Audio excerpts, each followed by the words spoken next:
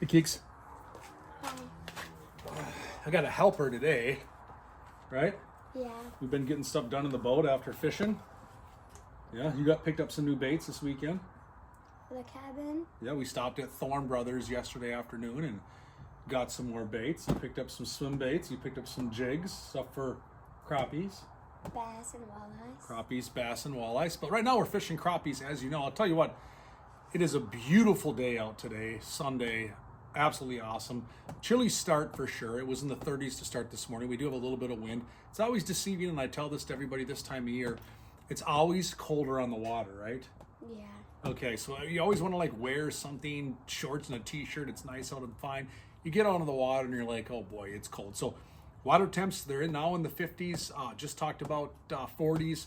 Yesterday was cold. Yesterday's high was only in the 40s. It felt like it was windy all day, chilly day. Today, it is probably 60 degrees outside. Brody's playing basketball, running around. We've been running around on bikes, going for walks this afternoon, and cook some food, grill out, do all that good stuff. I'm seeing everybody outside enjoying the nice spring weather. So we've been chasing crappies. That's predominantly all we can fish for right now. Excuse me, here in the Twin Cities.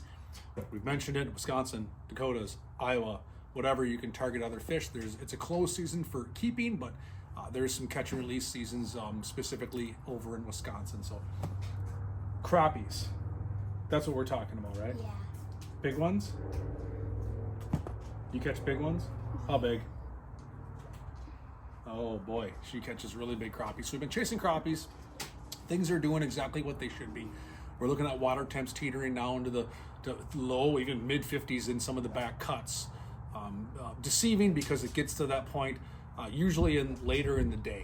So as the sun gets up higher and hotter and you end your day in the afternoon like we did, you're going to see some warmer surface temps. Generally speaking, water temps are in the upper 40s to start the day.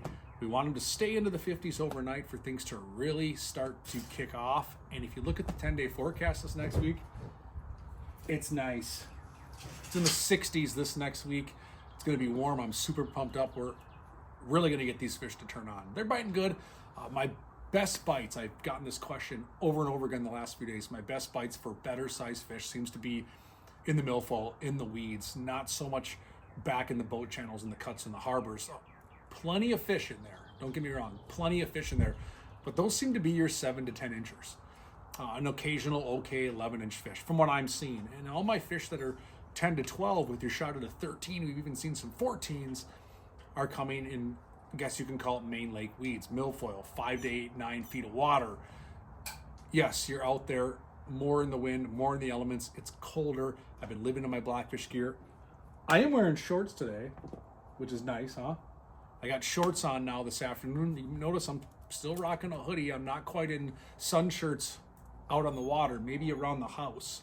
But out on the water, I'm still wearing hoodies and honestly sweatpants most of the day still because you get a little bit of that wind out there. So where are we catching our fish?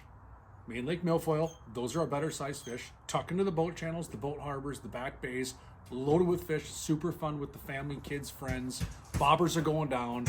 A lot of numbers out there in all these different spots, but the bigger fish for me are still Main Lake.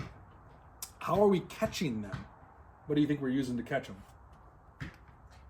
If you were going to go catch a crappie right now, what would you use? What kind of bait? Plastic bait? A live minnow? A hair jig? A plastic bait. Plastic bait. Okay, that's what we're going to talk about. We're going to talk about using plastics. We are using hair jigs. I've beaten a dead horse with that, and for good cause. They catch a pile of fish. Hair jigs still are catching numbers and numbers of fish underneath a rocket bobber. Myself and a lot of my clients and people lately are using minnow baits. I'm using the Sassy Sting'em from Mr. Twister. I love this bait. I mean, nice little tail, about a 2-inch profile, really meaty along that upper section of that bait. It holds on there for periods of time. I'm not beating it up. And I'm using a 1/32 ounce drop TG. It's a tungsten jig head from Clam Outdoors. I absolutely love this bait. This is new in the last couple of years in this size. The drop TG's been around for a while in the walleye game, the bass game. But this 1/32 ounce, you also have a 1/16, but the 1/32 just matches so well with this plastic in a variety of situations. I can pitch this, I can swim it, I can add a float or a rocket bobber, and this bait here just catches a pile of fish. Is that cool? You like that color? Yeah. You know what that's called? Magenta. Yeah, it is magenta. The actual color of this is called Vegas. Vegas, which is super cool. So this bait is awesome. I'm pitching it. I'm working it through the milfoil. I'm watching my line. I am using a Fireline crystal main line. I'm using anything from a 5 to a 10 pound test, depending on what you have. So if you already have something rigged up on a medium light or light action rod for light walleyes, you don't need to restring it. I am actually dedicating this to crappies. And then I have a 4 pound test. You can maybe see the knot right there. I can't tell, but I got about a 4 or 5 foot leader of 4 pound test fluorocarbon as my main line. And I like this braided, this micro line, this nanofilament type line, right? Because I can cast a long ways, no stretch, super sensitive, and it works well. I got a 7'6" custom built Thorne Brothers rod. This is an Avid blank from St. Croix. A lot of options out there for panfish. And I got a 1000 series Shimano on there. This is very versatile. Like I said, light action. I'm not using the whippy ultralight. I'm using a light action. I can still get this bait out there a long ways. I have a ton of control and a ton of play, and it's the perfect setup for getting these fish done. So that's what I'm using there as my main line. Super fun way to catch fish. I'm seeing a lot of anglers right now using a surplus of types of situations or presentations. Live minnows, catching fish. Twister tails, catching fish. Hair, catching fish. Minnow baits, catching fish. You know where I'm going with this? Yeah. Everything's catching fish. So you just want to get to where the fish are right now, and you're having some success. So rule of thumb, if you're going to fish the main lake weeds, cover some water, fan cast, not a problem. If I'm fishing with 2 or 3 other people in the boat, you are going to notice that I'm fishing different things for each person. A couple bobber setups, a couple non-bobber setups, figuring out what these fish want. And if you get bit and you catch a crappie, I can tell you something, 99% certain there is another one in that area. It's usually not a rogue fish right now. So if Brody or Callie catches a crappie on a bobber, I'm paying attention to where they cast, how they caught it, what they were doing, and I'm probably going to investigate that area a little bit more. If you're going back into some of these boat harbors and channels, your temperature is one of your best friends in the spring. You want to look at what this temperature's doing. Is this boat channel getting warmer and warmer and warmer as you tuck back into the corner?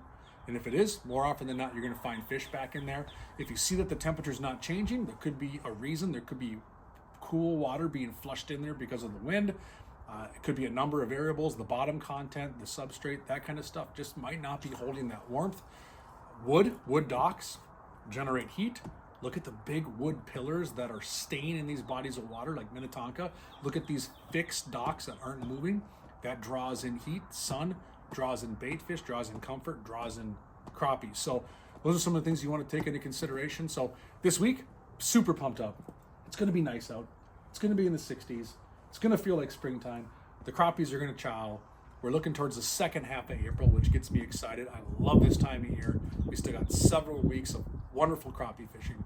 So get out there, have some fun, catch some fish, be safe, wear that extra layer to start your day on the water. You can always take it off, but if you're out there in a t-shirt and pair of shorts and you're cold and you have nothing to add, guess what? That's my little preach from me. That's the dad in me, right? That's what I would tell you to do. Wear a sweatshirt, wear sweatpants. I always tell you that. And then when you're on the water, you're like, I'm glad I wear sweatpants and I'm glad I have a sweatshirt. Okay. So, and what else? Bring snacks? Yeah. Gotta have boat snacks. So go out there, have some fun, enjoy your time on the water, and be safe and set some hooks for me.